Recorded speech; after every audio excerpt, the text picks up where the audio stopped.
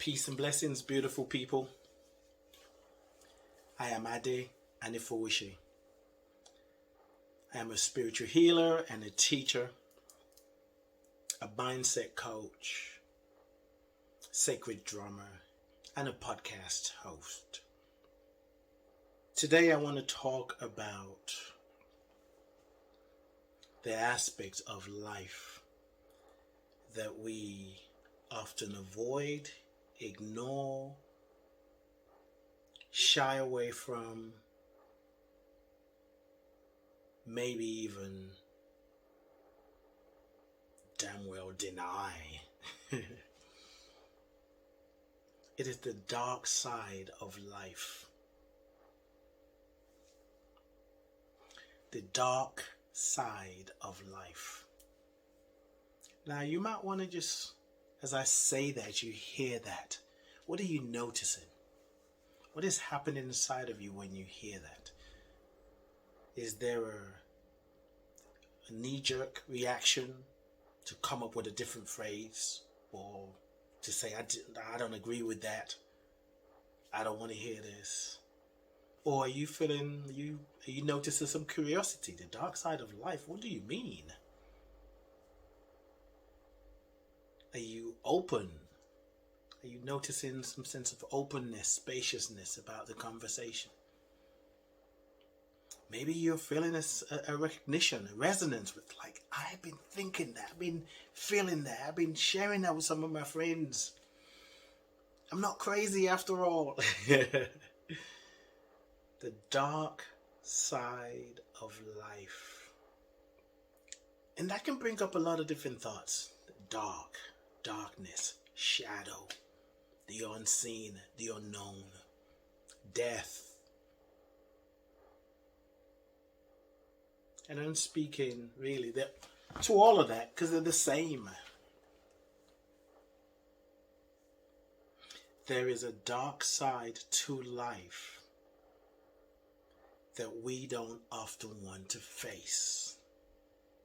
So when we reject facing the dark side of life, we reject facing the dark side of our life. And when we do that, we reach out to people, places, and things with the hope that they could shine light on the dark side that we're afraid to face. Or as a substitute, as a distraction.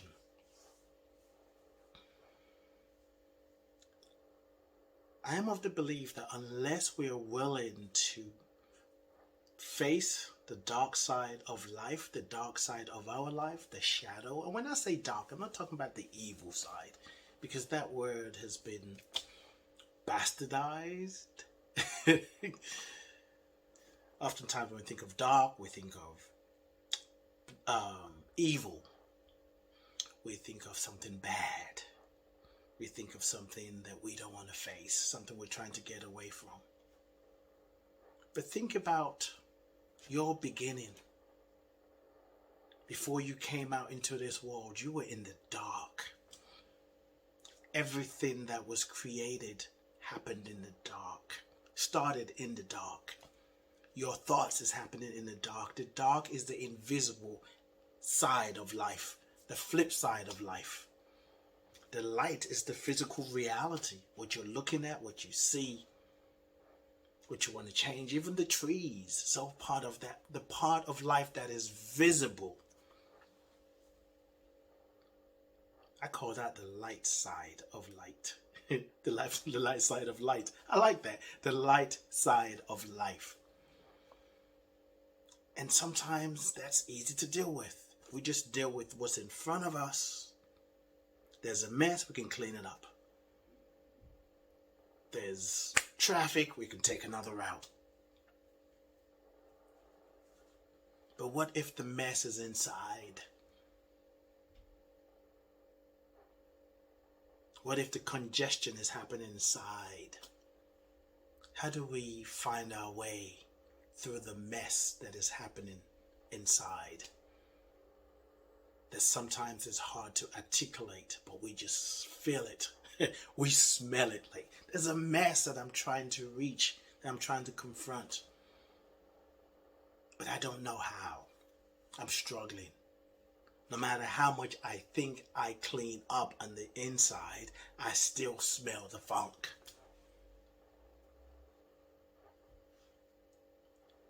And if you're one of those who go on a spiritual journey, a religious journey, a life journey of development and transformation, you might find yourself getting distracted by the gifts, the promise of spirituality, or being a religious person, of personal development, of doing the internal work. We can get distracted by the results that we believe we're going to get by doing it, by doing the work.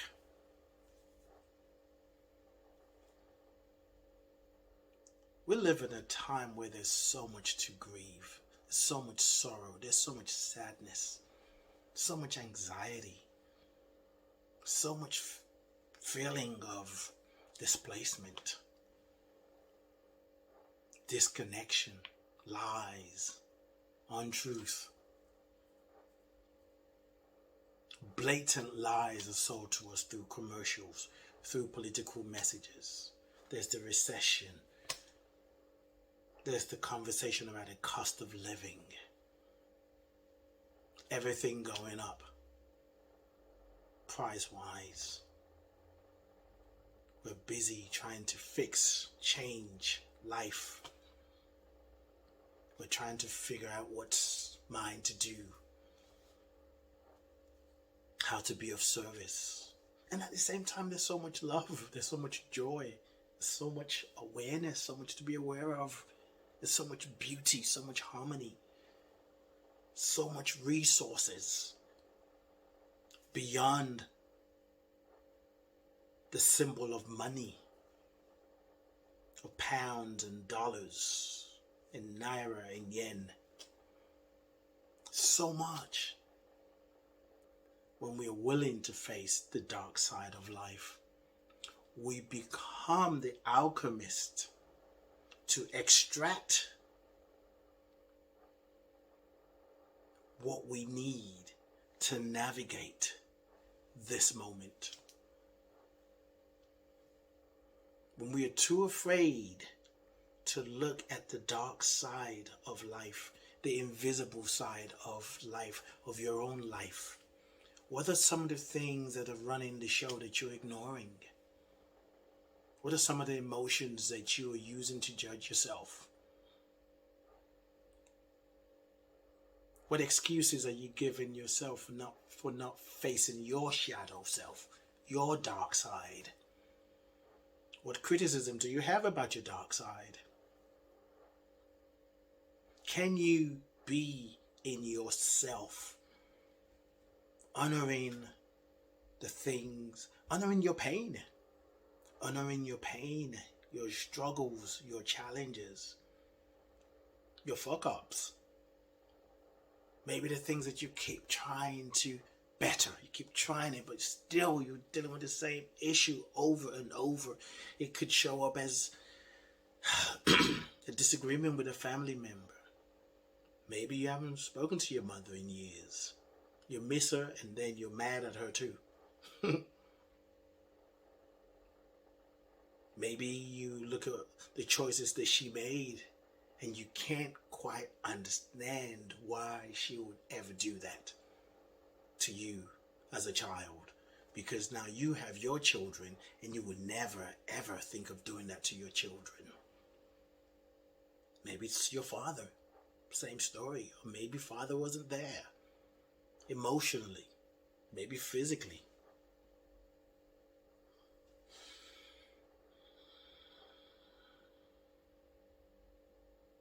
It is so easy to look back in the past with so much judgment, and so easy to look forward with anticipation, believing that there's more in the future than there is right now.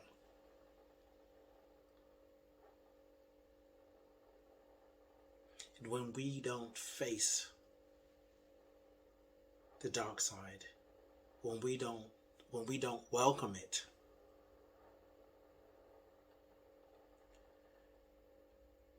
when we don't acknowledge our shadow self,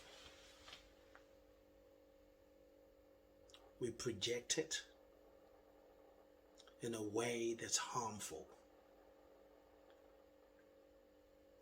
It is projected sometimes through people in power who didn't face their shadow self, didn't have the courage, the knowledge, or the awareness to look at the dark side of their life. But because they have the resources, financial resources, maybe the people, the connection, they were able to step up, maybe do a job that they've always wanted to do, and now they have the money and they can travel, they got the people, they can go places, they got everything they need, so to speak. But they never dealt with the pain. They never created a space to be with what they're struggling to be with. And it gets projected in a way that's harmful to society. Through laws that are passed, how they govern, how they run a business, the choices they make, and what they're going to make available to customers or not. And this conversation is not about them and us. It's really recognizing that them represents us, because them are connected with us. Us is them, them is us.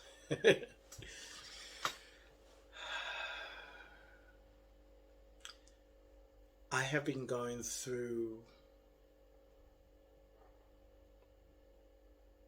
I don't want to say a process, but that's probably the easiest way to say it now, an experience, a journey. I like journey, yes. I've been going through a journey. And July was when it really hit me. July this year, 2022. So July, August, September was rough, because I had to face the unknown. I had to face the dark side of my life. I had to face my mistakes. I had to really face it in a new way. I had to face my fears. I had to face my frustrations, my anger. And I actually believed around July that, okay, I'm going to surrender to it. I'm going to let it be, because I know it's going to pass. Just a matter of time. And by the end of July, I'm still in it. Then I got into August. I'm not, maybe about a week. I'll be feeling better. I'll be back to myself again. Mid-August, I'm like, I'm still dealing with this shit. I really desire a shift in my life right now. End of August, I was still in it. Afraid. Quietly afraid. While doing things that I know to do. Following guidance. Having conversations with people who could support me. But there was still this fear. Like, where am I going to end up? Well, where I ended up, there are many things that I've done along the way on the journey.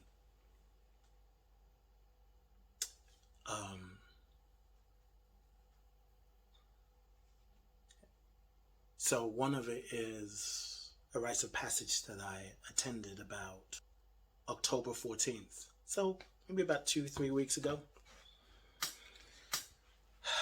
And I shared my story on Rickie Byars' podcast. I was guest hosting for her. I may post that link. Yeah, I'll post the link so you can see it. if you want to, because there's so much to say. But I had more time to say because the podcast was for an hour. But what I had to face was a lifelong grief, sorrow and sadness, a sense of belonging. Now, those of you who listen to my podcast, my friends, you know I've talked about this. And I've been touching those things along the way. But in the last few weeks, I've been able to touch it, to get in the middle of it, to see how, to see its impact, to see the impact of those things in my life. Why I have seen myself the way I saw myself. Why I handle things, why I withdraw from things or people. And why I'm willing to connect with people. Why I'm willing to step out there. It showed me both sides. The other thing that I have on this journey discovered is how regret has been one of those things, one of those emotions, the energy that has been playing in the background. I like to call those things the elevator music. It's been in the background, and how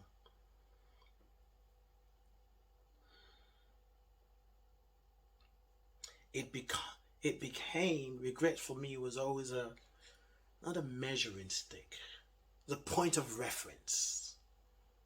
Like one trying to overcome the regrets so I don't have any more regrets. But regret is running the show in a way that I was unconscious of. I didn't know. It wasn't like I wasn't willing to face it. I knew it was there. I talked about regrets. I talked about, one of my greatest fear was to regret not living my life fully. I even shared to close people, few people, about one of the things I am afraid of hearing, or that really caused fear, was to die. You got to transcend your logical mind for a minute. Just stay with me. Don't get too logical or technical about this. One of my fears was to die and hear people say he was so powerful. He was so gifted. But the thing is, he never knew it. He never knew his power. I remember when I first shared that with my former wife. And I don't remember exactly how I felt, but saying it out loud, actually, it's sort of coming back to me because the stories live in the body, right? I was sad. I may even have cried. Because sometimes we hold the thoughts, right? And we can manage it because we're holding the thought. But the minute we release the thought and verbalize it, all the fears, all the tears, all the sadness find an outlet. So recently, working with a beautiful business coach, first session hit me with something. I won't go into that too because it just makes this longer than I need it to be. But really what has been happening for me is I've been going into the dark places of my own mind. I've been facing them. Not unconsciously, consciously, intentionally.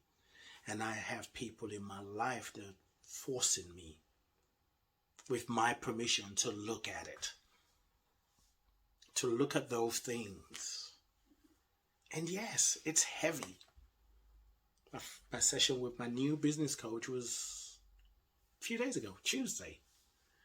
Wednesday, I was just raw. I was tender. I was like, I don't know. How can I handle all of this? With all the things that I got planned. It's like the things that I need to do, my to-day list. How do I handle my to-day list? Which some people call to-do list. I've decided to call it to-day list. Not to-do. To-do, just you do. You end up doing on yourself. And doing on yourself. And doing yourself to overwhelming.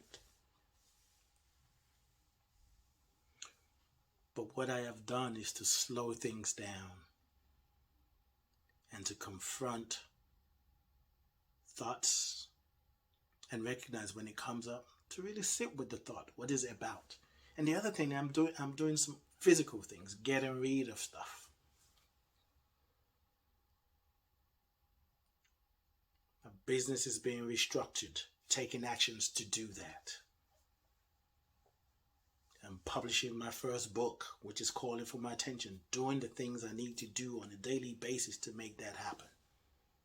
I have a date, December 10th. We are not dealing with regret. It will be published. With God and my ancestors as my guide, it is done, and it will be done, and it will be birthed. When we don't face our dark side, when we don't face our shadow self, we project it. What we don't transform gets transmitted. When you transform your pain, it becomes peace, and you transmit that. When you don't, you transmit pain in different ways. Sometimes without you opening your mouth, just showing up in a space. Everything is energy.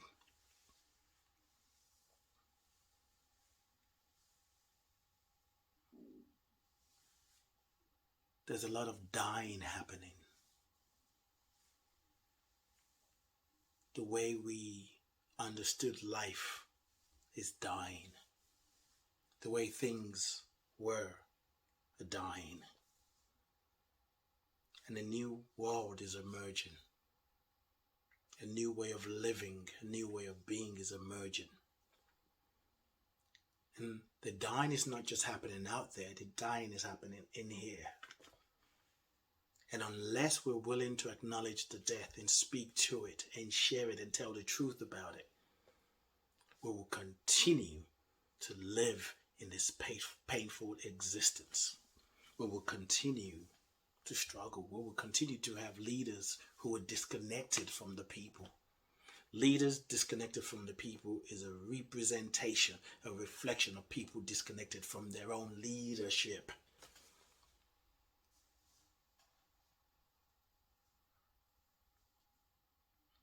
The best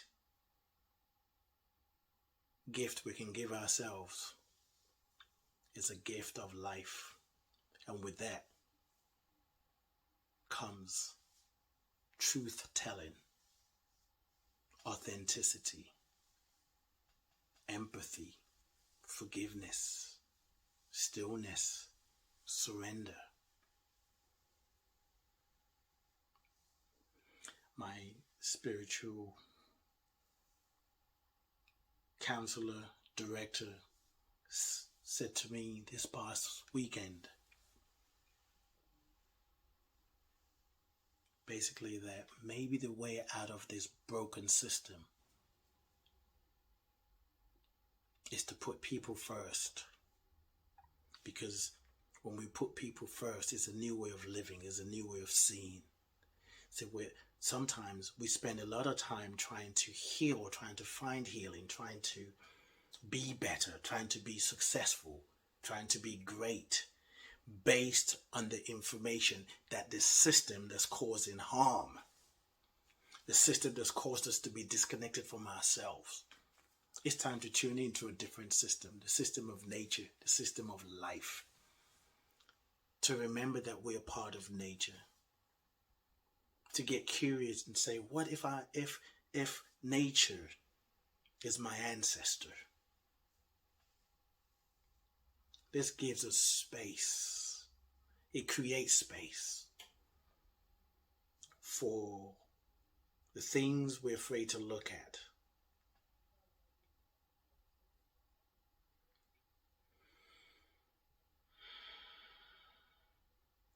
When we lean into nature and we look at the ways of nature, when we look at the season, we recognize there is a time to die, to let go. There's a time to cry. There's a time to laugh. There's a time to be joyful. There's a time to celebrate. And then it's a circle, right? And then there's a time to grieve. It's a time to speak the truth about where we are and not be distracted by the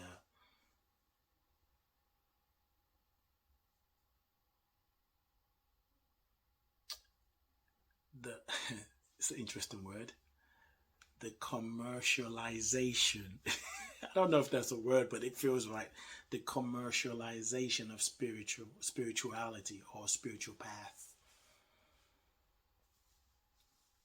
Sometimes walking that journey, doing the inner work, it's not pretty. We may watch videos and content creators like myself may talk about, I've done the inner work, and this morning I woke up and meditated and journaled. I had my Palo Santo and now I'm ready for the world. And then you look at it feeling like, I can barely get up. I think you're doing something wrong. No, that's the end result. That's the light side when we've dealt with the heavy side, when we've dealt with the dark side. If you believe that you are one with your ancestors and your ancestors are one with you, then you better believe that their experiences, their feelings, their emotions, their thoughts and actions and prayers and experiences, the things they couldn't be with and what they embraced lives in you. They passed some of that into you because you're connected. So we all have a responsibility to recognize we're connected to them, that we represent them, and we have a responsibility to represent them in a new way, because your life is a unique way in which your ancestors are telling a different story, telling an amazing story, an empowering story, a joyful story, a love story.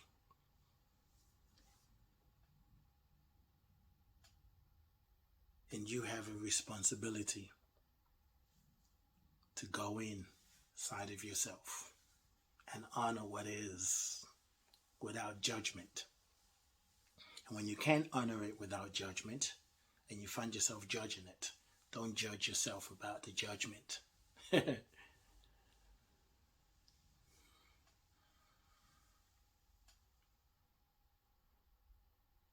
am offering a gathering in a healing space, November 19th. It's called Representing Our Ancestors, a grief ritual. We'll be going deep and talking more about this. We're creating space for each other to grow, to surrender, to be more, to face what we can't face alone. And what is powerful when we come together in a community, you may be carrying something that you can't speak.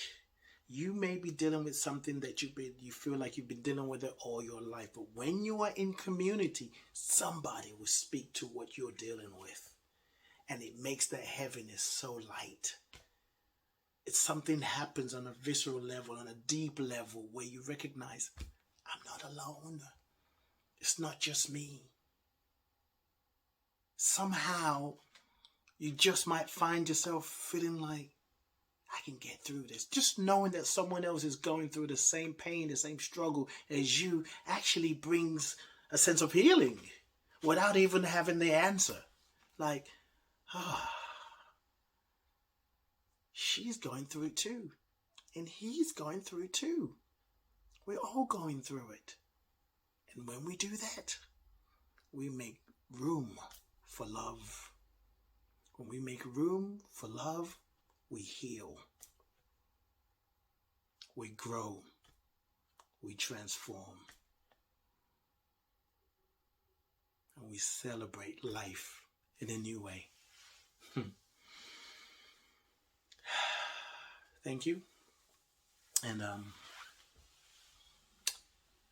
see you next time. I love you.